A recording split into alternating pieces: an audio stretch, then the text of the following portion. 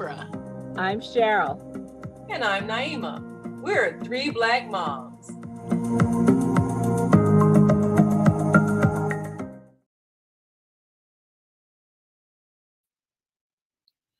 A couple of days ago, my husband and I went to a wake for a friend and former colleague. He was 68, which is less than that 4 score and 10 that we all think we're at least promised. He left a wife who he loved dearly and 2 grown sons who were in their mid and late 20s, which is still, I think, way too early to lose a parent. But my friend had had cancer, and so he had a few months to prepare for his death. And it got me to thinking, are we preparing our children for our own deaths? We've talked about this, talking about death before in this platform, but we really haven't talked about our own mortality. And let's face it, none of us are getting out of here alive. So, sisters, I wanted to talk today about what we can do if you have minor children, how you should prepare for if something should happen tragically while they're still minor children, what you should do with your estate to make sure that the state doesn't take all your money and your property, who you should sign as an executor. How are we preparing our children for our death?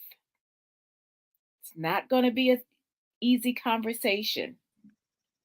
So, Barbara, Naima?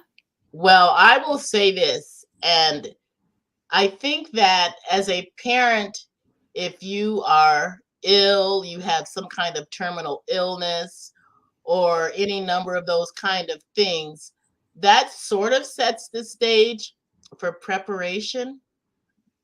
But what if it's sudden? You weren't sick. Um, One of my friends, she was having tea one morning with her mom, and her mom went out for a run. She came to the train tracks. The train was parked in the station, and she went around the train, but she was hit by the ghost train. You have this little Japanese lady flying up in the air. I'm sure the Lord snatched her before she hit the ground, but she was dead instantly. And my friend said the hardest thing was that she didn't get to say goodbye. And the husband said, I always thought that I would be the one to go first. And at the time, they were in their 70s. And so it was hard. And I've had a number of friends, I'm sorry to say, who have died suddenly, instantly of a heart attack. I found out about my friend Flo from college, who is my age. When she didn't answer her phone, people were worried, and they found her by her treadmill. She had died of a massive heart attack. My friend Jan Moskowitz in New York, someone pushed him on the subway and he fell and was injured greatly and ended up dying from his injuries from that fall. And I've had 2 friends who were killed instantly in plane crashes, and another one in just a couple of years ago who was killed by a semi hitting her and her son in the middle of winter. And she was younger than I was. And they had young kids. Some of them had adult kids, but some of them also had children that were elementary school age. And so when you're taken suddenly, you haven't had a sit down talk with young children about, if I go to be with the Lord or I pass away, any of those things. You don't really have that talk with young kids. You actually start thinking about those things when your kids are older.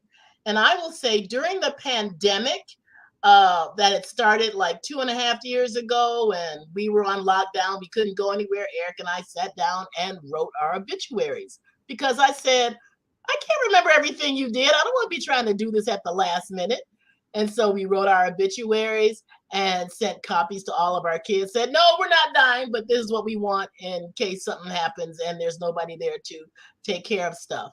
We got our financial aid things in order, went to a financial advisor, got all of our finances, our monies, our holdings, our bonds, or this or that, got that all situated so that things would be divided up equally between our three kids. And then we also went to one of those free dinners where you have to sit through a lecture about planning a funeral for yourself or a memorial service. And a person actually came to our apartment to visit and tell us all the things that would require to have ourselves buried without the expense being fallen on our kids. Now, my kids are adults, so yes, we have planned for those kind of things. We haven't really had the talk though. What about you, Naima? Well, I'll tell you, first of all, I remember when it was about a week before Daddy went into the hospital, he had this big, thick notebook, all of his papers, insurance, everything. And he went over all of that with me. Okay, this is all my certificates, my papers, and and I'm getting a veterans burial, all that. I mean, he wasn't sick at the time, but we had been going through that cycle of him going back and forth to the hospital and that sort of thing. Which is the beginning of the end. Yeah. And so it was a week before his last time of going into the hospital. And we sat down and he went through and I'm so grateful that he was organized. He had all of his paperwork in order, all of his documents and everything. So there would not be any stressful situation. We know what what he wanted said on his obituary, all his background, everything, his war record and everything. So I was able, and when the time came, I was able to write an article, which they published in the Chicago Defender about his life. And that was really nice. And I was able to put together the obituary for the program, but he had put all those things in place, and that was one of the things that I'm grateful for, that I didn't have to deal with at all. But one of the things that I realize is that a lot of times people won't talk about it because it's like the superstition of believing, well, if I talk about it, then I'll make it happen, which is ridiculous. It's going to happen when it's going to happen. And what happens is that you throw your family into chaos if you die without a will. Exactly. Yeah, I mean, you have to have a plan so that you don't have people fighting over what's supposed to happen. Now, I remember my mother-in-law, at one point she was telling me, well, when I passed away, I put my papers in a certain place. And she said, I can talk to you about this because I know my sons, they don't want to talk about it. And she was right. They didn't want to talk about it because they, oh, Ma, you're not going to die. I mean, so she knew that they would not be able to have that conversation, even though it's a conversation you need to have. And so, but things went smoothly with her. Even though it was more difficult because her she went through the stages of Alzheimer's, which is difficult for your children as they see you mentally leaving before your body is gone. So right. that was, I think, the hardest thing for them. I think it's difficult when you go suddenly and there's no preparation, no talk, nobody knows what to do, everybody's in shock. That's probably the hardest thing for any family, because a lot of times, especially if you have several siblings and you can't agree on what should be done, then families really fall apart then. So now with my own personal situation, because my husband Sultan was diagnosed with cancer, and even though they said it was terminal, we were like, we're gonna beat this, And so that was the spirit with which we had it, even as he declined. And there was a certain point where we knew that he was not going to survive this much longer. So I took Zakia out to dinner and we had the conversation. I said, it looks like I'm going to be a widow at a fairly young age. And she had very good advice for me. She was saying, well, Ma, he's already raised me to adulthood. So don't think, oh, I got to get married to somebody to be a father for my daughter. I don't need a father figure. Just look for somebody for yourself. Somebody a little close to your age. Somebody who, you feel will fit into our family, because we got a multicultural family, a multiracial family, so it's somebody who can, be okay with that. And somebody who makes you laugh, you can have fun, you need to lighten up a little bit, not so serious this time. So, she had really good advice. And then we were both there the morning that Sultan transitioned from this physical life. I called her into the room. I was in the room with him. And so, as his pulse slowed to a stop and he stopped breathing. So we both were there at that moment. And I know that she is aware of the fact that things could happen with me suddenly, even though I am in good health. She worries a lot about my driving because she knows I tend to keep going and going and going until I'm exhausted. And she knows that I have fallen asleep behind the wheel a few times. And one time she said to me, Mom, you're the only parent I have left. So I know that that's a concern of hers. And should be for you too. Well, yeah, yeah, it is.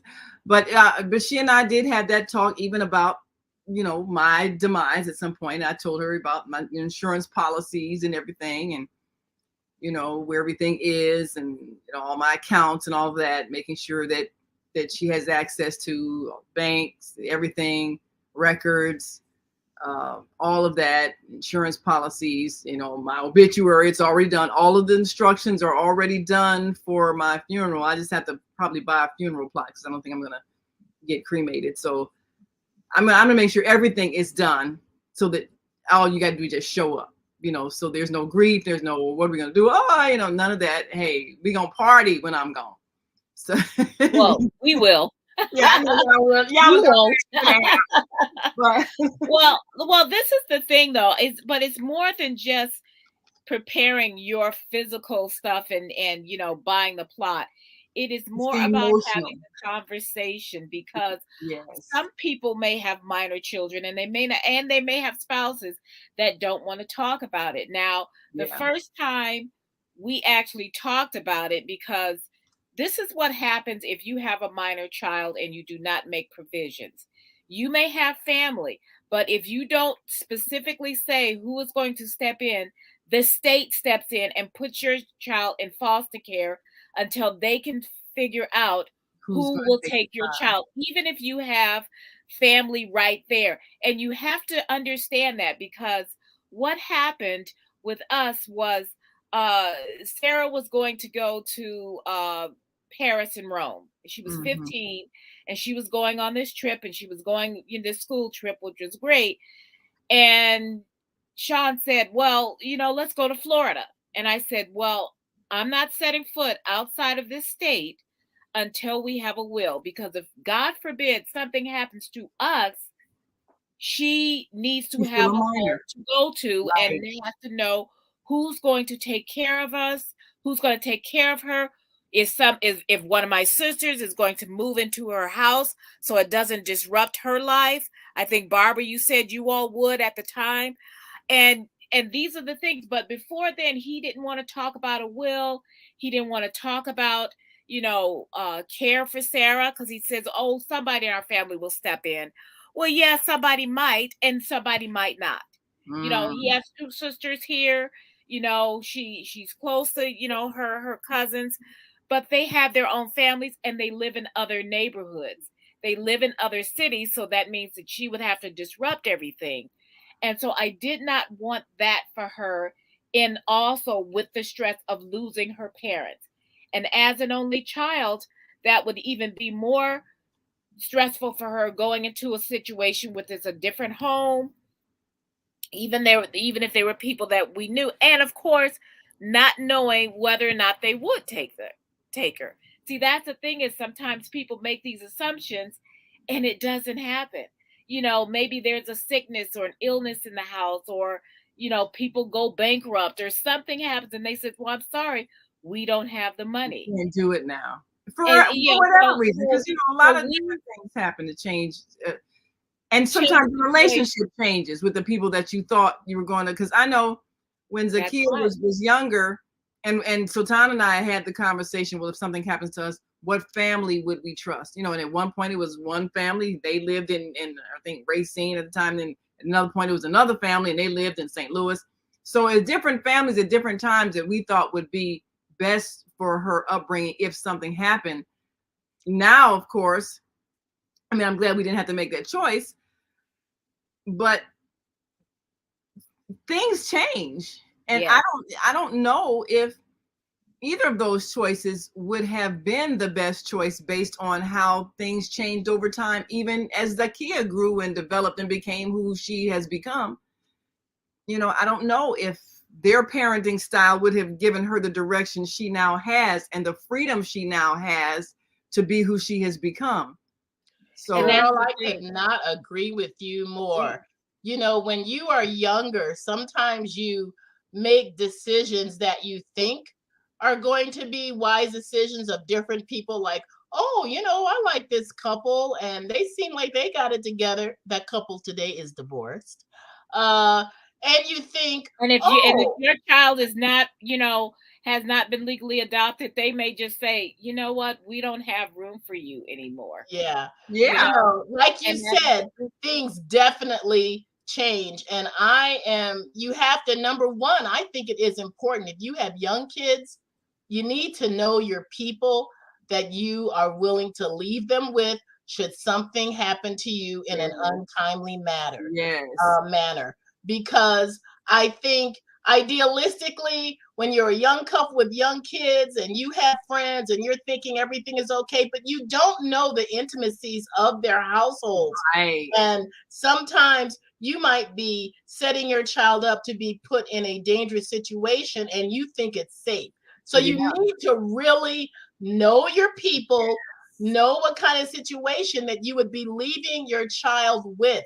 I actually know of a story, this is a true story, of a couple who had planned to leave their kids with someone, and those people turned out to be criminals, but nobody knew that. Yeah. Well, this is the thing, is that, and COVID should have Wow. taught us that anyway, because there were so many people there were a lot of COVID orphans, even before the vaccine and even afterward. But there are a lot of people, they hadn't planned on this. Then they go into the hospital and all of a sudden, you've got young kids who are, orphaned, and the parents are maybe the grandparents can take them, and they had planned on their life being different, maybe traveling or whatever. We had stories about that, and all of a sudden they're raising, preschoolers up to, high schoolers all over again. And they And hadn't so planned on it. and so we have to start thinking. And I remember even now, and all our kids are grown, and I've got the youngest one. But it's like the last time we went away, I gave Sarah my password to my bank account. And I said, okay, just keep this with you, because I said, if anything happens, you need to at least be able to access the money in our account. Yeah. Because and also you need to make sure that if you have a home, that you place that home in trust to your child. Don't plan on estate planning. Go to an attorney or someone, go to your financial advisor, like Barbara was saying, and make sure that your kids will get the money that the state will take if you don't do that. And and a lot of these things, and going through probate can take long time. And if your kids need something, then they need to have it then. And I'm talking about people who have young kids, but you also have to have somebody that you can trust to say, okay, you're not going to take my kids' money and put them in foster care and then, whatever. So there's a lot. But the thing is that we have to prepare not only ourselves, but we have to prepare our children for the fact, okay, if this happens, I think at one time Zakia had said, well, she would, want to be with me. And I said, well, that's fine. I would just raise her Muslim. I can do that, you know, and, but you have to talk to the people, because sometimes your relatives or your best friends don't want to raise your kids. And you They can might love assume a you, lot of and things they like love them, but you can't be, but they're not set up for it, and they don't want to make that sacrifice, and you can't take that personally. yeah, and like Barbara was saying also, you have to know people, because you know what you do in your home, and you know how you take care of your children. You really don't know what they do in their home and how they treat their children and how they're going to treat yours. You assume things when you're all together and you're friends and everything and you're hanging out, but you don't know what's happening in that house. You don't know what other relatives they have, and they might have that person that shouldn't be around children. Yeah, you got all of that. So not to be like the fairy tale story, but Cinderella's stepmother was really kind to her until her father died, and then she came all out of a bag. Is that how the story went? Yeah. So that happens, and you can't assume that somebody will take them, and you never, like you say, make those plans and never make any choices because you don't want to have that conversation. You don't want to think. You know what? You like can I make said, it happen if you talk about it. None of us are getting out of here alive. So unless we're raptured, you yeah, right. Okay, you plan on that. The rest of us are going to have to think that even if you raptured, Barbara, that means you're still not here. That's true. So, and how young do you think you should have that talk with your children? When they're older, you're definitely planning on it. Well, But when they're babies, you don't want to alarm them. And like I said, we've on this platform, we've talked about death with your children. You can't tell your kids, oh, they're only sleeping. You can't tell only old people die. Never say those things. Yeah, because at some point, if you tell them only old people die, they may have a classmate who dies. And that happens. So you need to say, well, you know what, we're all, and if you're a person of faith, I happen to be a person of faith also, I'll say, we will be together again someday, but I'm going to take care of you for whenever, I can't, I'm going to make sure that someone will always take care of you, because that's what frightens children, is that they will be left out in the cold. And I think unknown. somebody, gave me when Sarah was little, and I kept it, and it was about, I will be there waiting for you when you get ready to come, but that's the thing, is that you talk to your children and you make it in stages. You talk to them little by little, and and if they're too alarmed, say, well, we're hoping this won't happen, but I'm going to be with you until the end of the age. There's going to be a part of me that is going to live in you, and actually cellular wise, it actually does. But, there's going to be a part of me that's going to live in you forever. And you know what? And you will always be able to talk to me. And that's if you're a person of faith. If you're a person of no faith, or you're an atheist, it's okay to say, well, when we're gone, we're gone. But you let them know that you will still make arrangements for them to be okay. And that's, whatever your faith journey is, or no faith journey, you still need to prepare your children for the fact that we're all going to die. And that's the thing is, but for the ones who are left, this is what I'm doing. And so we prepare ourselves, but we have to prepare our spouses who don't want to talk about it, and our family members who don't want to talk about it, and our friends who don't want to talk about it. Exactly. And the longer you live, the more you will see people pass on. I have to say, almost every other month, I will get an email message from my high school people who, handle the reunions. They'll send you a little message that someone has died. This is the season, when you reach a certain age now, of course. More funerals than weddings. Yes. And I think I mentioned this before, when Sultan and I first got married. It's like every month we were going to a funeral. That was how I got to know all his family. And then Zakia was born, and she's like 2, 3, 4 years old. I mean, that became our family outing. Oh, Uncle so-and-so passed away. Aunt so-and-so passed away. And so naturally, when you're going to funerals and a child is going to the funeral, the subjects of death is going to come up. I think parents make a mistake, like you say, saying things like, oh, they're just asleep or whatever. You know, let them understand that you do your spirit leaves your body at a certain time, and it's okay. You know, like you say, I mean, people of faith, they have the language that they are going to use. Well, you go back to God, you know, from God we come, to God we return. That's, you know, what our faith teaches. So that was what Zacchaeus understood. And uh thankfully she did not have, while she was a child, a classmate or anything die, but a lot of children today, they are experiencing that. We experience all these different tragedies that are happening. So there's a lot of fear that School children have. shootings, hello. Yes. Yeah. I mean, how And can my you best friend, possibly do that? Deborah Thurman, she was 16 when she died, Yeah. like months before graduation. She And had that's bone traumatic. cancer. We were not expecting that. Yeah. And And then when you when don't Sarah have, had a girl, there was a girl, I think when Sarah was just in 7th grade, who died of meningitis in her school. She didn't know her, but she had seen her around. And so she Mhm. said, oh, we probably would have been friends. We had the same kind of necklace.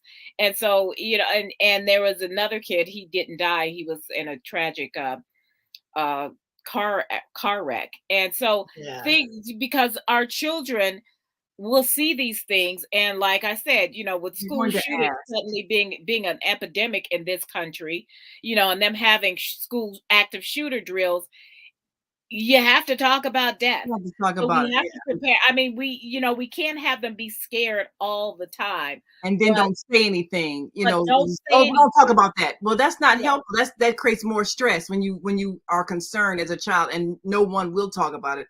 That makes you even more frightened and You Yes. more. do have to be willing to address their fears in Yeah. a calm manner, Yeah. in a way that they can grasp it and be settled about it. Yes. Yes. I mean, like I said, we're you know, and we're all afraid of it. We all want to get to heaven, but none of us want to die. I So know we all want to go some other way. If we, I'm a I'm lot of people are I'm fans just going of to I'm here to go. going to sleep and waking up in heaven, but I've had like, oh my oh, I goodness, think I that's just can't oh believe how many friends I've had who've had massive heart attacks instantly and they're gone. Yeah. yeah. Yeah. I mean, I've had Of healthy course, you know, friends. one of my best friends from forever, for first grade, Betty, she died before her 60th birthday. Yeah. So, you know, we don't know what our personal expiration dates are, but Right. we all have one. We all Yeah. have when we came here with an Yeah. expiration date. You We're know, just not so allowed to know what it is, so we don't focus on that date and we can get the work done we're supposed to get done while we're here. while we're Right. here, but Yes. we do have to prepare our children for the fact that we are, and we hope to precede them in death, because I think there's nothing worse than having to bury a child, and I've known friends who've had to do that too. So Yeah. you have to understand that you're not, you know, we're all going to be fearful, but we still have to deal with the reality, and Yeah. we have to be grown-ups. Yeah. And We have to be sometimes children grown-ups. handle a lot better than we expect them to when we talk to them calmly about it. And Yes. sometimes they show some amazing wisdom. They say, oh, I understand. And they're fine. So Yes. we got to talk. Well, it's time to go. And we hope if you have children and they ask you about the inevitable, that you go ahead and talk about it. And don't make it something that they're afraid to express, even if someone close to them passes away. Let them know And it's you a don't normal part of necessarily life. have to wait for them to bring the question up. You That's right. find an avenue where you can have a calm conversation about the afterlife and to address their fears in a way that keeps them from being fearful. Absolutely. That's what you do. Well, we appreciate you. Make sure you like and subscribe to our YouTube channel and our Facebook page, Three Black Moms. Until next week, I'm Naima. I'm Cheryl. And I'm Barbara. We are three Black moms. Have a great week.